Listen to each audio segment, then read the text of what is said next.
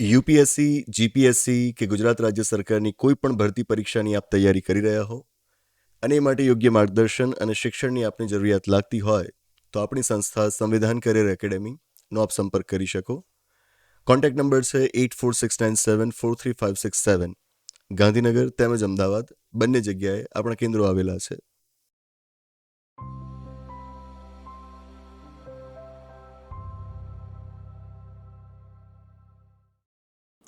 નમસ્તે, સ્વાગત છે આપનું આપણા કાર્યક્રમમાં કે જેનું નામ છે ગોષ્ઠી વિથ વિકલ્પ કોટવાલ. પાછલા એક અઠવાડિયામાં આપણા દેશમાં કોઈ એક વિષય પર જો સૌથી વધારે ચર્ચા અને બહેસ થઈ હોય, વિવાદ થયો હોય, તો એ વિષય છે યુનિવર્સિટી ગ્રાન્ટ્સ કમિશનના નવા રેગ્યુલેશન્સ, 2026ના લેટેસ્ટ રેગ્યુલેશન્સ. એવા રેગ્યુલેશન્સ કે જે ઇક્વિટીને પ્રમોટ કરવા માટે છે, સમતાને પ્રોત્સાહન આપવા માટે છે. કેવી વાત કહેવાય નહીં? ઇક્વિટીને પ્રમોટ કરવા માટેના રેગ્યુલેશન્સ આપણે ત્યાં બને ને આપણે એના ઉપર પણ ઝઘડી બેસીએ. 2012ના વર્ષમાં યુજીસી આવા રેગ્યુલેશન્સ બનાવેલા હતા. 2012ના એ રેગ્યુલેશન્સ લાગુ જ હતા.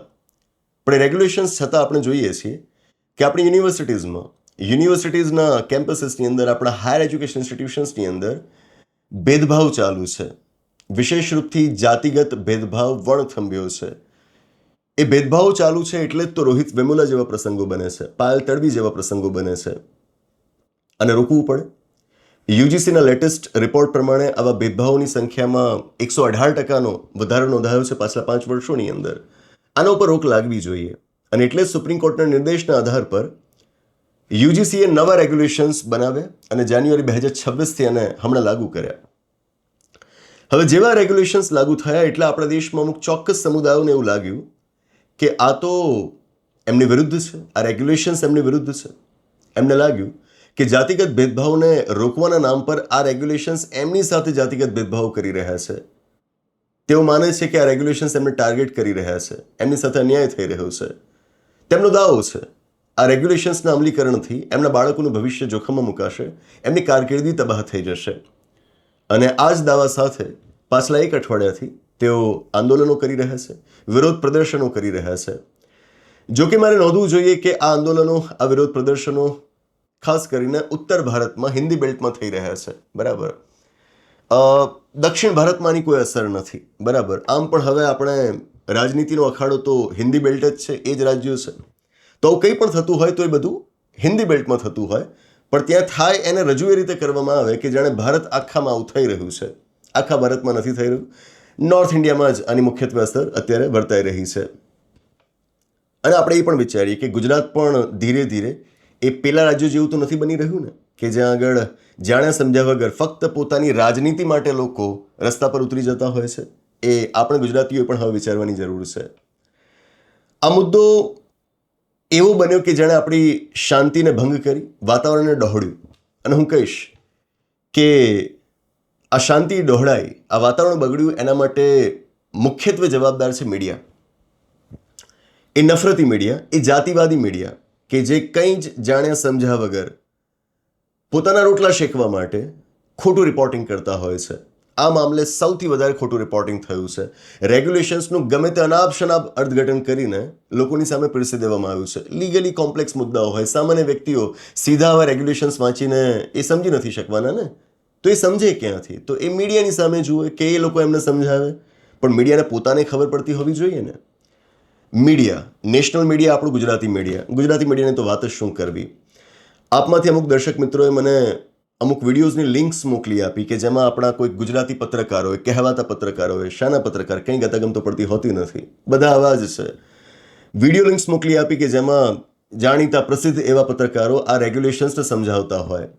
અને એ જે સમજાવતા હોય ને, સાચું કહું તો એ વિડીયો જોતાં જોતાં મને હસવું આવી ગયું કે આ માણસ, એ પુરુષ હોય કે મહિલા હોય, એ આટલી મૂર્ખ હશે, એને આટલી ખબર નહીં પડતી હોય. આ લોકોનું કોઈ વાંચન નથી, આ લોકોની બસ એક વાક છટા હોય છે અને ઓડિયન્સ પણ એટલું સબ સ્ટાન્ડર્ડ કન્ટેન્ટ કન્ઝ્યુમ કરતું હોય છે કે કંઈ જ સમજ્યા વગર ગમે તેવું કન્ટેન્ટ એ લોકોનું કન્ઝ્યુમ કરી લેતા હોય છે. આ બસ વાક છટા જાણે છે, આમ તેમ વાતો કરતા જાણે છે, એમને આવડતું કાંઈ નથી. પત્રકારે પહેલાં બધું જ જાતે વાંચવાનું હોય, ન વાંચ્યું તો તમને બોલવાનો અધિકાર નથી. નથી વાંચી શકતા તો કોઈક કાનૂની જાણકારની મદદ લો અને કાનૂની જાણકાર પણ પાછો સારો હોવો જોઈએ. બાકી ખાલી કાળો કોટ કોઈકને પહેરી લીધો છે એટલે એના વકીલ ના માની લેવાય. તો આવા કોઈક જાણકારની મદદ લઈને પછી તમારે રિપોર્ટિંગ કરવાનું હોય. તમને કંઈ સમજાતું ન હોય, અધૂરા જ્ઞાન સાથે તમે વિડીયો બનાવી દો એવું ન ચાલે. તમે લોકો વાતાવરણ દોડી રહ્યા છો, ચેતો. અને એ જો ન સુધરે તો હું દર્શક મિત્રોને કહીશ કે આપ તો ચેતી જાઓ. નાવ આ રેગ્યુલેશન્સ ઉપર આપણે વાત કરવી જરૂરી છે. આપણે વાત કરેલી પણ છે. 4-5 દિવસ પહેલાં જ વિષય ઉપર આપણે ગોષ્ઠી કરેલી હતી. સંવેદનશીલ મુદ્દાઓ જ્યારે પણ હોય આપણે એના ઉપર ગોષ્ઠી કરવાનું પસંદ કરીએ છીએ, કારણ કે આપણે જાણીએ છીએ કે આવા મુદ્દાઓ વિશે ભ્રાંતિઓ વધારે ફેલાતી હોય છે, જેવું આ વખતે પણ થયું છે. તો 4-5 દિવસ પહેલાં પણ આપણે આ વિષય પર ગોષ્ઠી કરી હતી, પણ અત્યારે એના ઉપર પાછી એક ગોષ્ઠી કરવી જરૂરી બની જાય છે, કારણ કે આ રેગ્યુલેશન્સનો જેવો વિરોધ થયો એ વિરોધના પગલે પછી આ રેગ્યુલેશન્સને ચેલેન્જ કરવામાં આવે સુપ્રીમ કોર્ટમાં. અને આજના સમાચાર છે કે સુપ્રીમ કોર્ટે યુજીસીના 2026ના રેગ્યુલેશન્સ ઉપર સ્ટે મૂકી દીધો છે. મતલબ કે આ રેગ્યુલેશન્સ હવે લાગુ નહીં પડે. સુપ્રીમ કોર્ટે કહ્યું છે કે આ રેગ્યુલેશન્સની સમીક્ષા થવી જોઈએ. તમે એક એક્સપર્ટ ટીમ બેસાડો કે જેનો રિવ્યૂ કરે. મતલબ એનો એ થયો કે હવે આની સમીક્ષા થશે. શક્યતા સમીક્ષા બાદ આ રેગ્યુલેશન્સમાં ફેરફાર આવે, ફેરફારો સાથે રેગ્યુલેશન્સને લાગુ કરવામાં આવે. બીજી એક શક્યતા કે આ રેગ્યુલેશન્સને સાવ હટાવી દેવામાં આવે અને યુજીસી સાવ નવા જ રેગ્યુલેશન્સ સાથે પાછું આવે, નવા રેગ્યુલેશન્સ લાગુ થાય. શું થશે તો ભવિષ્યમાં આપણે જોઈશું. પણ હાલ પૂરતું આપણે એ જોવું રહ્યું કે 2026ના રેગ્યુલેશન્સ અત્યારે લાગુ નથી અને 2012ના રેગ્યુલેશન્સને પાછા અમલમાં લાવી દેવામાં આવ્યા છે. 26ના રેગ્યુલેશન્સ જેવા લાગુ પડ્યા હતા ને એની સાથે જ 2012ના રેગ્યુલેશન્સને હટાવી લેવામાં આવ્યા હતા. હવે 26ના રેગ્યુલેશન્સ ઉપર તમે સ્ટે મૂકી દીધો તો કોઈક તો રેગ્યુલેશન્સ લાગુ હોવા જોઈએ ને. એટલા માટે 2012ના રેગ્યુલેશન્સને પુનઃ અમલી બનાવી દેવામાં આવ્યા છે. આ રેગ્યુલેશન્સ ઉપર આજે આપણે વાત કરવાની છે.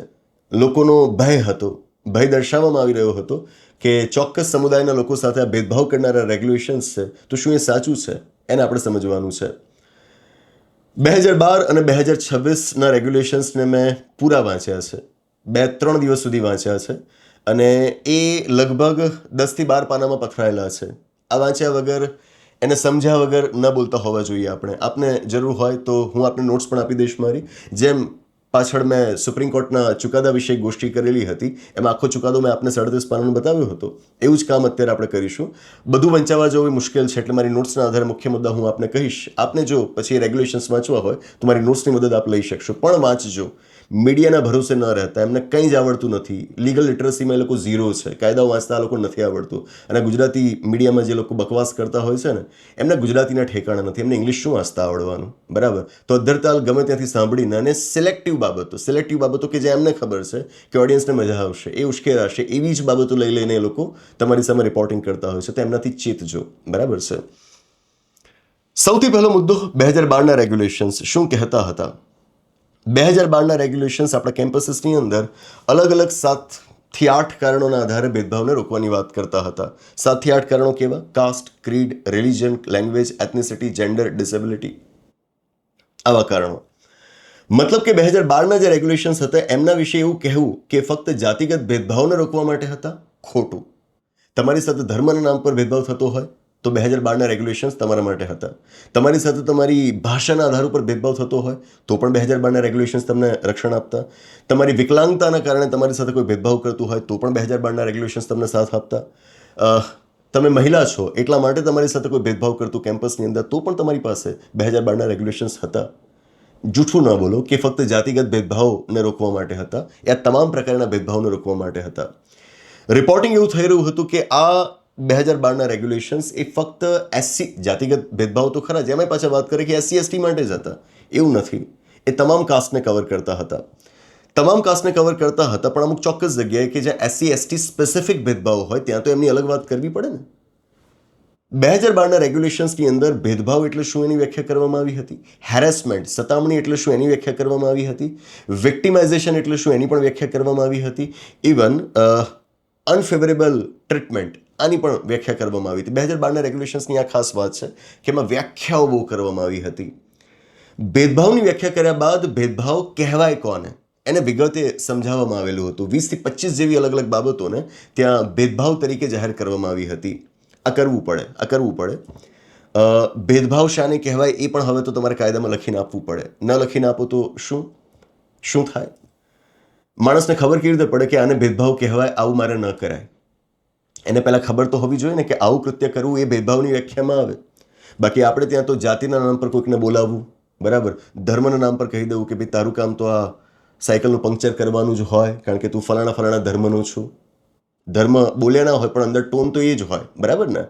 તો આ સ્થિતિમાં એને ખબર પણ હોવી જોઈએ ને કે હું ભેદભાવ કરી રહ્યો છું, આ ખોટું કહેવાય. તો એટલા માટે તમારે ત્યાં લખીને આપવાનું હોય કે આ બાબતોને ભેદભાવ કહેવાય. 2012ના રેગ્યુલેશન્સની અંદર આવી 20 થી 25 બાબતોને વિગતે જાહેર કરાયેલી હતી કે આ ભેદભાવ છે, અને આમાંથી 8 બાબતો એવી હતી કે જે અનુસૂચિત જાતિઓ અને જનજાતિઓ એટલે કે SC અને ST માટે સ્પેસિફિક હતી. પણ એ 8 બાબતોને બાદ કરતા બાકીની તમામ બાબતો તમામ ધર્મ, તમામ જ્ઞાતિ, તમામ ભાષા બોલનારા લોકોને લાગુ પડતી હતી. તમે એવું ના કહી શકો કે 2012ના રેગ્યુલેશન્સ એ ફક્ત SCs STs માટે હતા, એ ખોટી વાત. ઉપરાંતને 2012ના રેગ્યુલેશન્સની અંદર ઇક્વલ ઓપોર્ચ્યુનિટી સેલ ઇન્સ્ટિટ્યુશનની અંદર બનાવવાની વાત હતી. 2012ના રેગ્યુલેશન્સની અંદર કહેવાયેલું હતું કે જો તમારી સાથે કોઈ પણ પ્રકારનો ભેદભાવ થાય છે, ફરીવાર જાતિગત ભેદભાવ એવું જ નહીં, કોઈ પણ પેલા જે 7 કારણો મેં કહ્યા એમાંથી કોઈ પણ કારણના આધાર ઉપર ભેદભાવ થયો છે તો 2012ના રેગ્યુલેશન્સ પ્રમાણે તમે ફરિયાદ કરી શકતા હતા. ફરિયાદ કોને કરવાની? તો 2012ના રેગ્યુલેશન્સમાં આના માટે એન્ટી ડિસ્ક્રિમિનેશન ઓફિસરને અપોઇન્ટ કરવાની વાત હતી. તમે એને ફરિયાદ કરશો, એ ફેક્ટ્સ ચકાસશે, જાંચ પડતાલ કરશે અને પછી એ પોતાનો રિપોર્ટ આગળ મોકલશે, જેના બેસિસ ઉપર પછી એક્શન લેવાશે. સ્પષ્ટપણે કહેવાયેલું હતું કે 60 દિવસની અંદર તમારે ફરિયાદનો નિકાલ કરી દેવાનો રહેશે. That's it.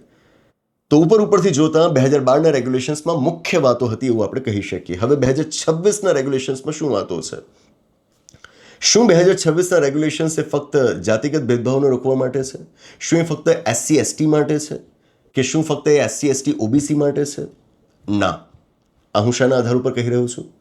2026ના રેગ્યુલેશન્સમાં પણ આપ વાંચો, ભેદભાવને રોકવા માટે ત્યાં પણ 7 થી 8 અલગ અલગ કારણો આપવામાં આવ્યા છે.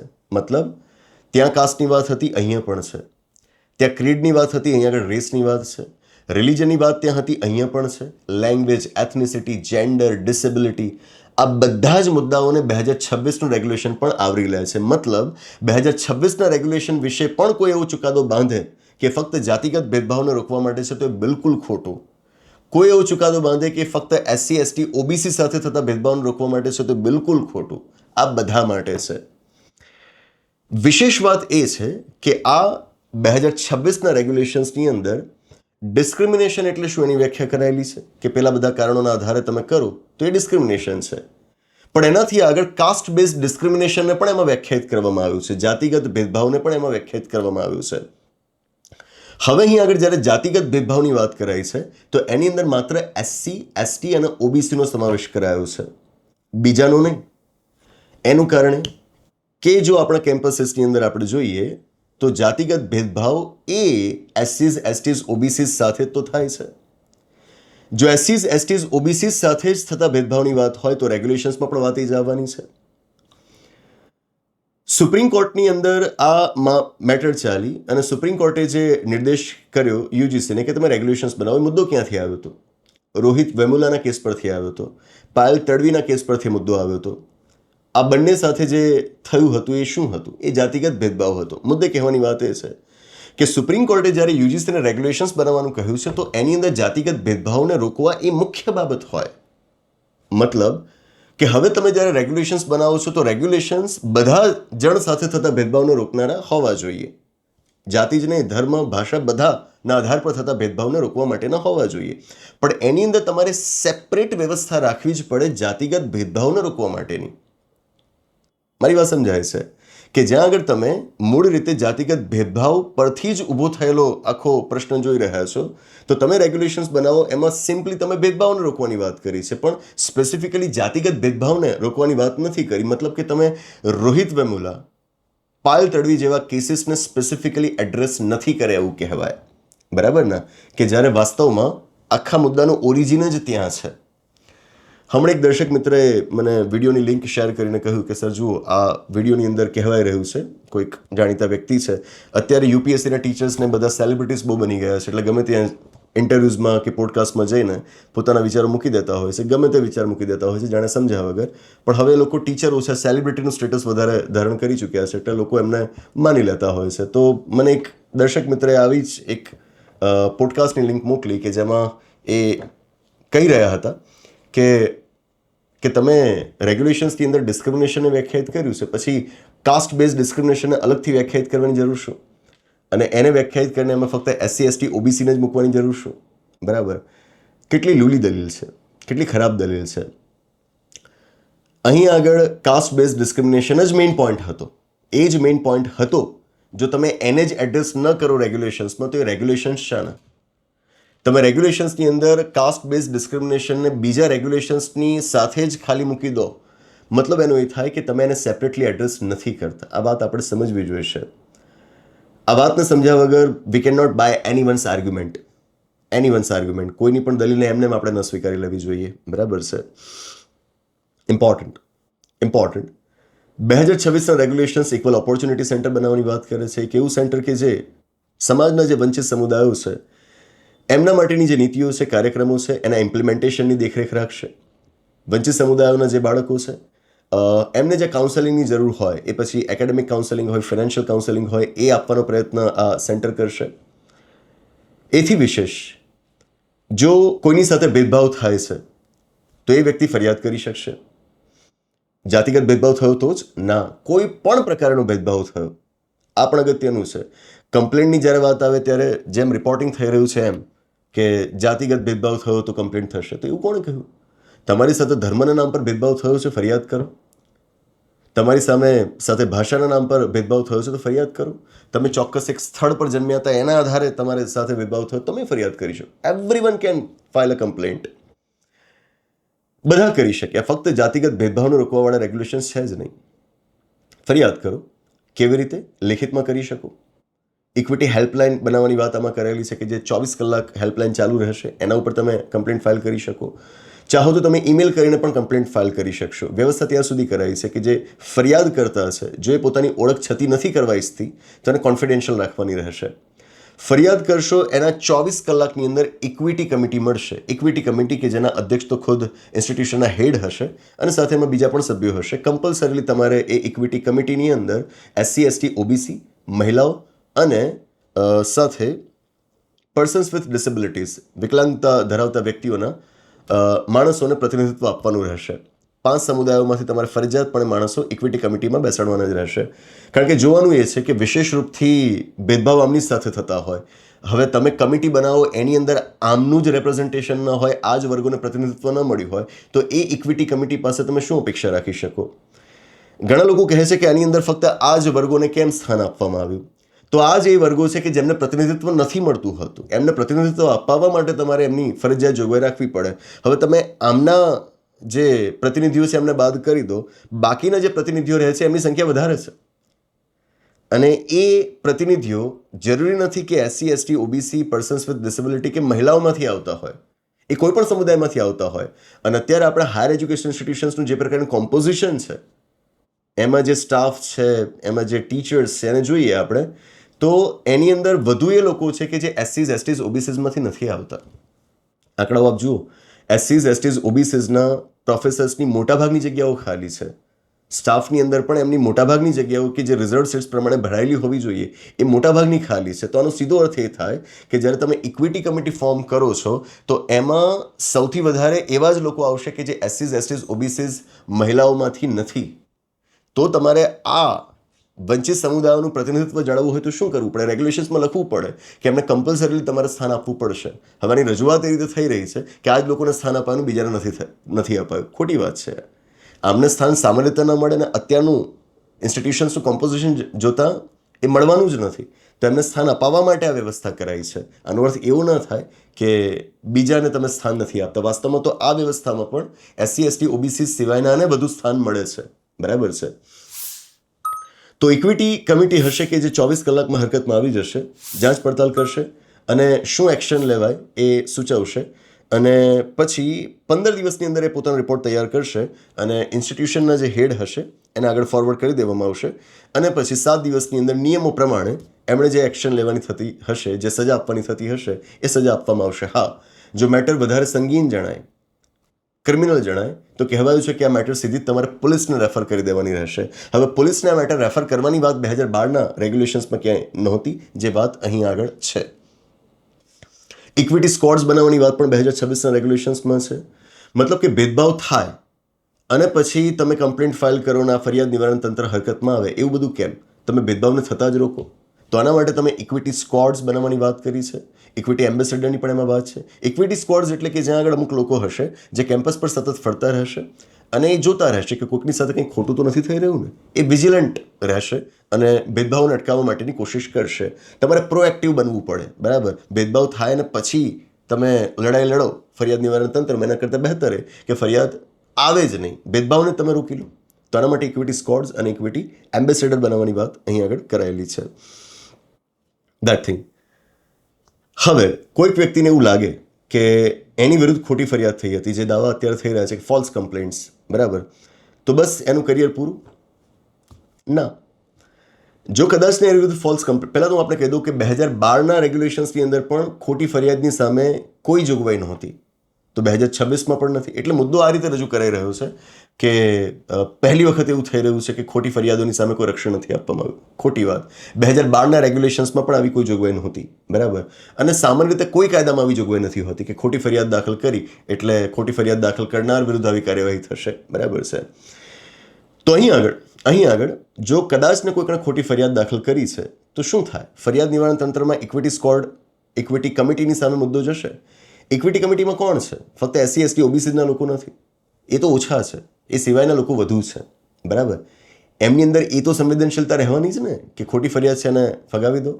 અને ખોટી ફરિયાદ એટલે અત્યારે જેમ અમુક લોકો કહી રહ્યા છે કે કોઈક SCs STs OBCs કેટેગરીના કેન્ડિડેટે કોઈક કહેવાતી જનરલ કેટેગરીની છોકરીને પ્રપોઝ કર્યું, બરાબર, અને પેલી છોકરીએ ના પાડી દીધી એટલે કમ્પ્લેન્ટ ફાઇલ કરી દેશે. આવું થોડું હોય. આવો કચરો મગજમાં ક્યાંથી ભરો છો?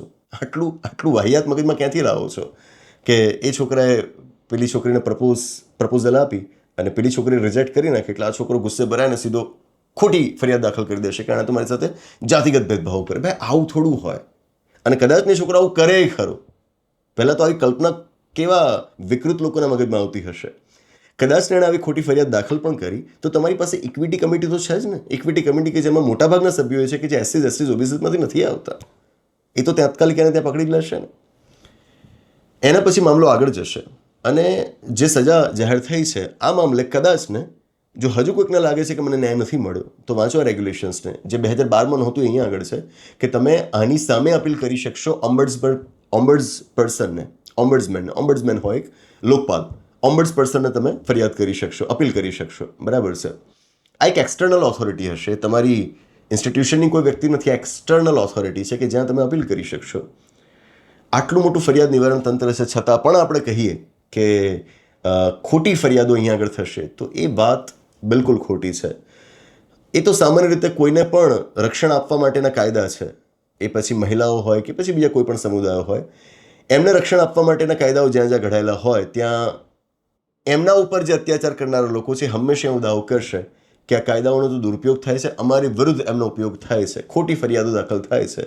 પણ એના માટેનો એક પણ પુરાવો નહીં આપી શકે, કારણ કે આના માટેના કોઈ રિપોર્ટ્સ જ મોજૂદ નથી ને. સર્વિસ પણ થયેલા હોવા જોઈએ ને કે મહિલાઓએ ખોટી ડોમેસ્ટિક વાયોલન્સની ફરિયાદ દાખલ કરી, દહેજની ખોટી ફરિયાદ દાખલ કરી. એ તો ભાઈ તમે માની લીધું ને.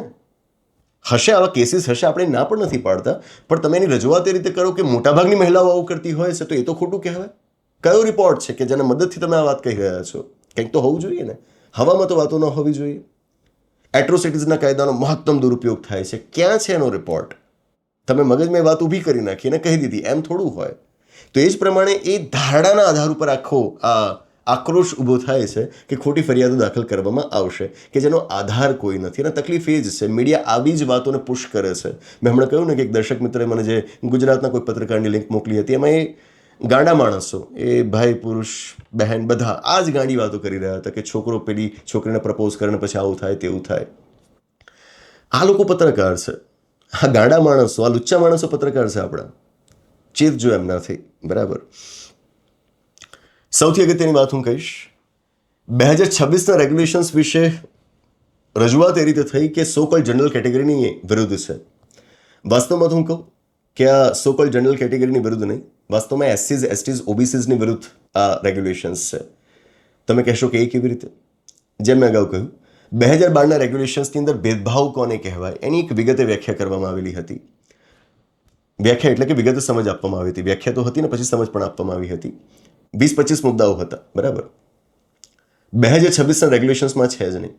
ત્યાં ખાલી વ્યાખ્યા ભેદભાવની અને જાતિગત ભેદભાવની કરવામાં આવી છે. નાનકડી, દેટ્સ ઇટ.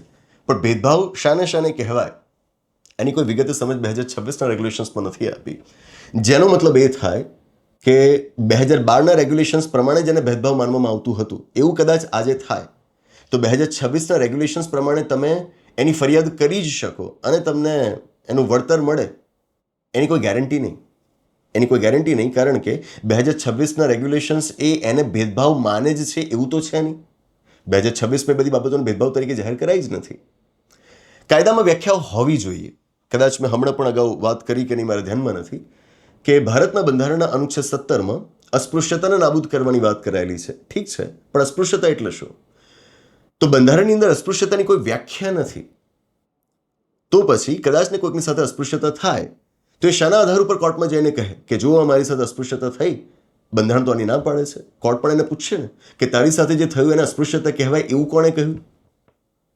તો ત્યાં આગળ જરૂરી હતું કે આપણે અસ્પૃશ્યતાને વ્યાખ્યાયિત ન કરીએ તો બંધારણની અંદર 17મો અનુચ્છેદ હોય ના હોય નથી કોઈ ફરક ન પડે.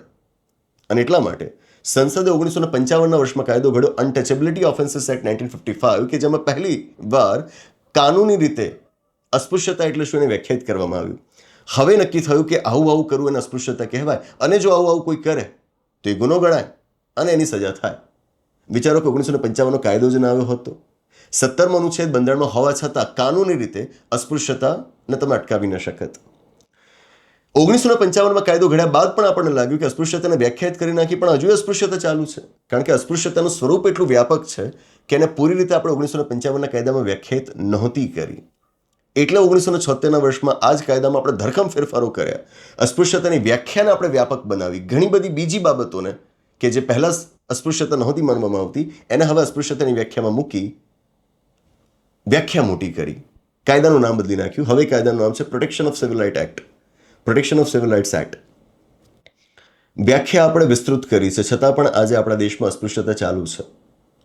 હું આપને સમજાવવા માંગુ છું કે જ્યારે અસ્પૃશ્યતા જેવા મુદ્દે કાનૂની રીતે વ્યાખ્યા આટલી વિગતે કરાયેલી છે છતાં પણ આભડછેડ ચાલુ છે, તો 2026ના રેગ્યુલેશન્સની અંદર તો ભેદભાવ એટલે શું, ડિસ્ક્રિમિનેશન એટલે શું, એમાં પણ વિશેષ રૂપથી જાતિગત ભેદભાવ એટલે શું, એની તો કોઈ વિગતે સમજ જ નથી આપી.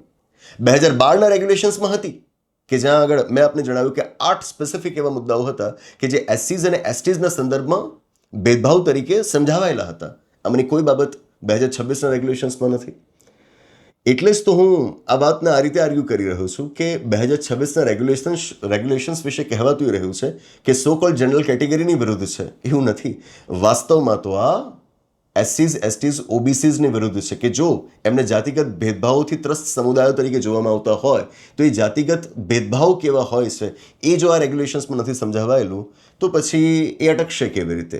2012માં એને અટકાવવા માટેની વ્યવસ્થા હતી, એટલે કે એટલીસ્ટ સમજ આપીને લોકો વ્યવસ્થા કરેલી હતી. 2026ના રેગ્યુલેશન્સમાં આવી કોઈ વાત નહોતી. તો પછી તોફાન છે શાના માટે? માથાકૂટ છે શાના માટે? 2012ના રેગ્યુલેશન્સ વિશે હું કહીશ કે એમાં વ્યાખ્યાઓ બહુ વિસ્તૃત હતી, સમજ બહુ વિસ્તૃત આપવામાં આવી હતી કે જેનો અભાવ 2026ના રેગ્યુલેશન્સમાં છે.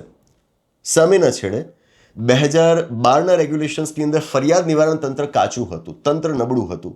એક જ પેલા એન્ટી ડિસ્ક્રિમિનેશન ઓફિસર હતા, ત્યાં જાઓ ને સામાન્ય હતું. જ્યારે 2026ના રેગ્યુલેશન્સને જોઈએ ને તો એની અંદર ફરિયાદ નિવારણ તંત્ર મોટું છે કે જેમાં તમે પહેલાં ઇક્વિટી કમિટી પાસે જશો, પછી આગળ હેડ ઓફ ધ ઇન્સ્ટિટ્યુશન પાસે જાહેર થઈ સજા, પછી તમે ઓમ્બડ્સ પર્સન પાસે જઈ શકો છો. અને દરેક વ્યવસ્થાની અંદર આપણે જોઈ શકીએ છીએ કે એસસીઝ, એસટીઝ, ઓબીસીઝનું રેપ્રેઝન્ટેશન ઘણું ઓછું છે. ઓવરઓલ ઇન્સ્ટિટ્યુશન્સની અંદર એમનું પ્રમાણ ઓછું જ હોય છે. હું વિદ્યાર્થીઓની વાત નથી કરતો. આ ઇન્સ્ટિટ્યુશન્સની અંદર જે સ્ટાફ મેમ્બર્સ છે, જે ખાસ તો એકેડેમિક સ્ટાફ છે, પ્રોફેસર્સ છે, associate professors, assistant professors, readers વગેરે, તો આ બધાની અંદર એસસીઝ, એસટીઝ, વીસીની વાત કરીએ, વાઇસ ચાન્સેલરની આપણે વાત કરીએ, રજિસ્ટ્રારની વાત કરીએ વગેરે વગેરે, તો આની અંદર એસસીઝ, એસટીઝ, ઓબીસીઝના મોટાભાગના પદો ખાલી છે. 80% પદો ખાલી છે.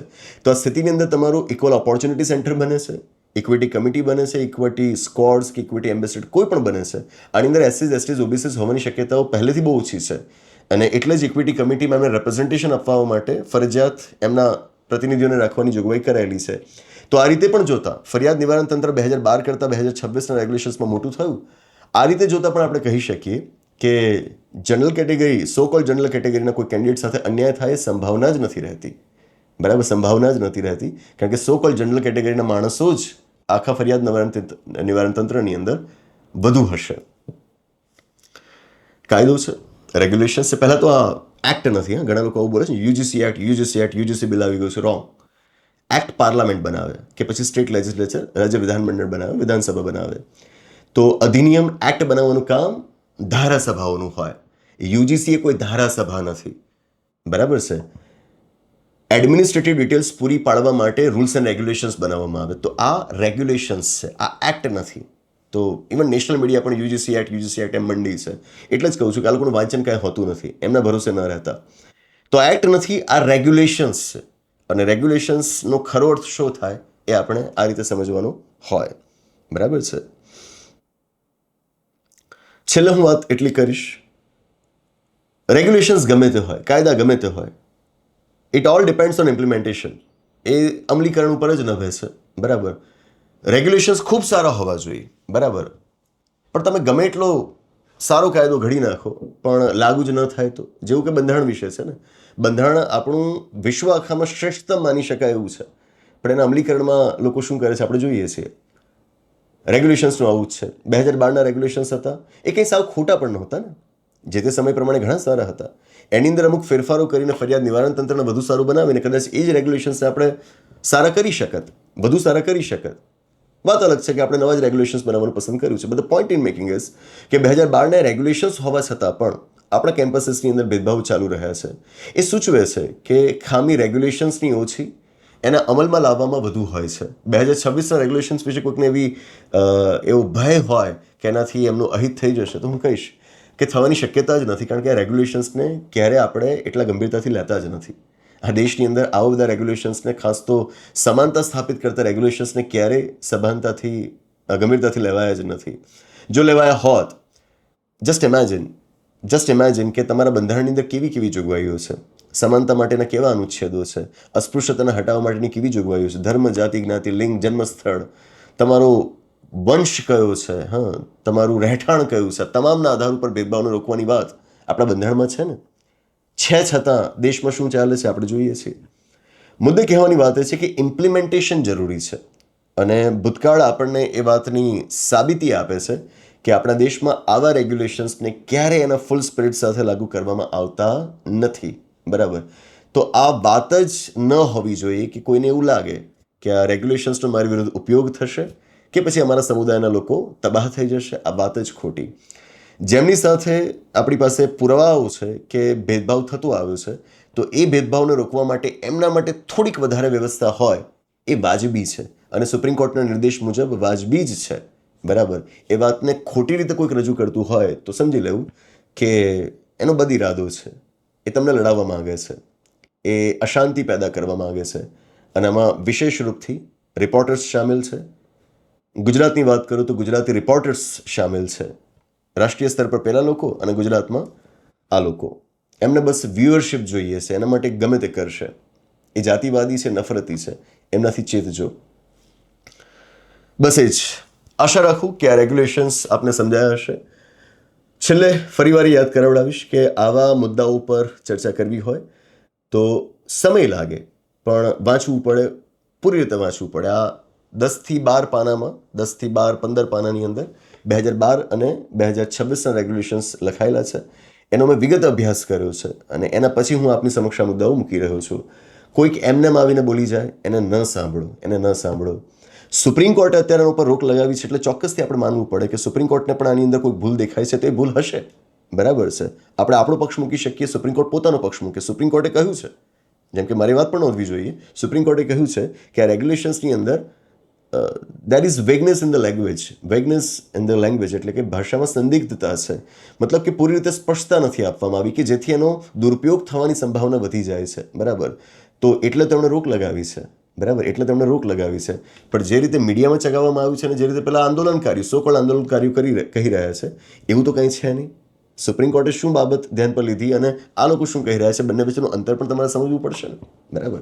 તો આ રીતે મુક્તપણે, તટસ્થ રહીને આપણે ચર્ચા કરવી જોઈએ. કોઈની વાતમાં આપણે ના આવી જવું જોઈએ. મૂળ શું લખાયેલું છે એને જ વાંચીને આપણે આપણો અભિપ્રાય બાંધવો જોઈએ. બસ એ જ. તો આની સાથે આ ગોષ્ઠીની આગળ સમાપ્ત જાહેર કરીએ. આપના આ વિષય પર ચોક્કસથી ઘણા બધા મંતવ્યો વિચારો હશે જ. હું અપેક્ષા રાખું કે આપ કોમેન્ટ બોક્સની અંદર એ વિચારોને અભિવ્યક્ત કરો અને આપના વિચારો જાણીને આપણે આગળ ગોષ્ઠીઓ કરતા રહીશું. બસ એ જ. આની સાથે ગોષ્ઠીની આગળ સમાપ્ત જાહેર કરીએ. આવનાર એપિસોડમાં આવી જ કોઈક નવી વાત સાથે, એક રસપ્રદ ચર્ચા સાથે, એક નવી ગોષ્ઠી સાથે પાછા મળીશું. આભાર. નમસ્તે.